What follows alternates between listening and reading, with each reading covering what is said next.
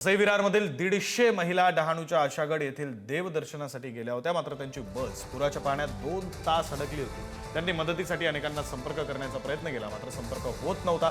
तब्बल 2 तासांनी विरारमधील आशुतोष पाटील तरुणाजवळ त्यांचा फोनवरून संपर्क झाला आणि काही तासातच त्यांना एनडीआरएफच्या टीमनं सुखरूप बाहेर काढलं। 2 दिवसांपासून पालघर जिल्ह्यामध्ये मुसळधार पाऊस सुरू आहे, त्यामुळे पालघर जिल्ह्यामध्ये पूर परिस्थिती निर्माण झालेली आहे आणि या परिस्थितीमध्ये वसई विरारमधल्या 150 महिला या आशागड येथे दर्शनासाठी गेल्या असताना पुराच्या पाण्यामध्ये अडकल्या होत्या आणि त्या महिलांना रेस्क्यू करण्यात आलेलं आहे आणि रेस्क्यू करणारा तरुण आपल्यासोबत आहे। आपण त्याच्याशी बोलणार आहोत। काय सांगेल, तुझं नाव काय, कसे त्या महिलांना रेस्क्यू केलेलं आहे? माझं नाव आशुतोष भरत पाटील। आपल्या वसई विरारच्या काही महिला डहाणू आशागड या ठिकाणी गेल्या होत्या। तिकडे भरपूर पाऊस पडल्यामुळे बसमध्ये कमरे एवढं पाणी आलं होतं। 2 तासापासून त्यांना काही मदत मिळत नव्हती।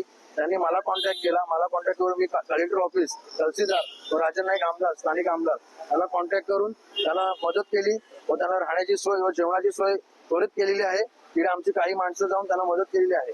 सध्या कशी त्या ठिकाणी परिस्थिती आहे आणि तुम्ही ज्या ठिकाणी गेले होतात तेव्हा कशी परिस्थिती होती?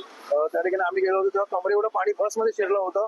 त्या ठिकाणी आम्ही एनडीआरएफची टीम व तिकडचे फायर ब्रिगेडवाल्याला बोलवून त्यांच्यातल्या सगळ्या महिलांना रेस्क्यू करून आमच्या दुसऱ्या बसमधून एक ठिकाणी आम्ही नेऊन ठेवलं। आता त्यांना राहणं पिण्याचं खाण्यापिण्याचं नियोजन कसं केलं? त्यांना राहण्याची सोय केलेली आहे, जेवणाची सोय केलेली आहे।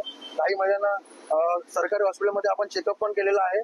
त्या दुपारपर्यंत आपल्या वसई विरारमध्ये येतील। ज्या वाचवलेल्या महिला ज्या आहेत त्यांना दुपारपर्यंत वसईत येतील असं त्यांनी सांगितलेलं आहे, कारण या ठिकाणी प्रशासनाने तात्काळ त्यांना रेस्क्यू करून त्यांना सुरक्षित ठिकाणी ठेवण्यात आलेलं आहे। विपुल पाटील, पुढारी न्यूज, विरार।